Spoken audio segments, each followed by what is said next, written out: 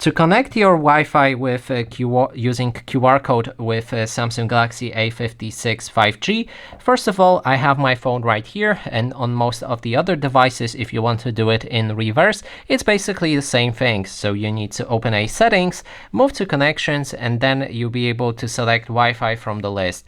Open those settings, and then when you're connected to one of the networks, you can click on the gear icon right here, and then in the bottom left corner, there's a QR code. If you click on that, you can unlock your phone, and right here use this QR code, so scan it with another device camera to connect to that same network on that other device. And if you want to do it in reverse, you will need to use your Samsung. So here in the Wi-Fi settings, click on the QR code scanner in the top right corner, and then you can scan it with the Samsung on another device and connect it with your phone. And that is basically everything.